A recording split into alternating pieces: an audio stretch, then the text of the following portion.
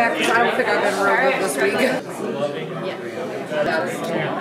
And I'm going to ask each table to share one thing that they discussed that was profound. Just the most amazing thing ever.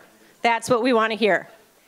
All right, so one of the things that we discussed was how you have to play into your own individual strengths to kind of make servant leadership your own thing, to kind of have the self-awareness of where you're starting from, what you're good at, and to expand and also, again, play for your natural strengths. Okay, so at this table we stuck with the don't complain theory. When you're actually serving and you're using your skill set to serve and do things for a purpose, you won't have time to complain and you'll just go out there and do some good things with you and your team and everybody that you work with. Build community where you are planted, right? So if that's your family or in your convent or wherever you reside, focus on community there. Leadership is how you think and how you behave. And that really resonated with the topics that we were talking about, emphasized today, the listening and the empathy. We love the metaphor of the moccasins as well, but making sure that we're actually taking time to slip on that other person's moccasins, not prejudge before we listen, seek first to understand before we're understood. As servant leaders, how do we inspire and encourage others to become servant leaders, and hence building that community of servant leadership? And I think one of the things, very simple, ask people. Invite people to be involved, whatever it is you might be involved in. Sometimes that's just what people are looking for, so they can feel that sense of belonging. And then also leading by example and hoping that those who work closely with us and are side by side with us will be inspired to lead through our example. I will bring up one. Thanks, Jean.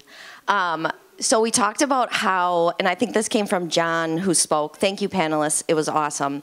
But just how you need to start small. So it's going to be a big problem, and there's lots of them for us to solve as leaders, but to really break it down and just solve it one small piece at a time, and that's how you can build your house. Right, John? Yes, thank you. So one of the things that stood out to us was servant leadership is a way of thinking about leadership, and there's a lot of examples given about empathy, awareness, being committed to the growth and what you can do there. I just want to add that it's important that your actions also have to validate your words. If your actions don't support that, those words aren't going to mean very much. And it's not what you do occasionally that matters, but it's what you do consistently that matters. Around community, that it's a long play. We build the house brick by brick.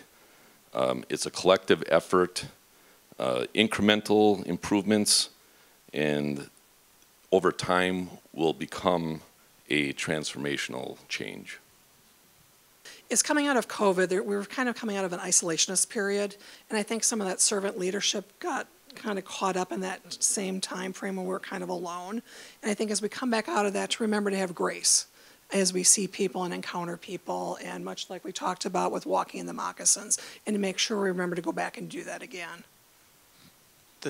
The one main point involves 2 points that from our panelists was the importance of listening and empowerment.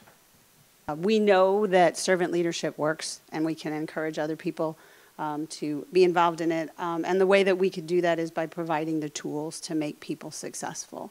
So by us leading by example and providing tools to others, then it could bring others in. So it's a culmination of everything that everyone has talked about. It's a cumulative process. Success follows. It is something that appears counterintuitive. You give others, you give it away, it comes back, and success follows. This is not a hoarding match. The more you hold on to it, the less you will have, the less everyone else around you has.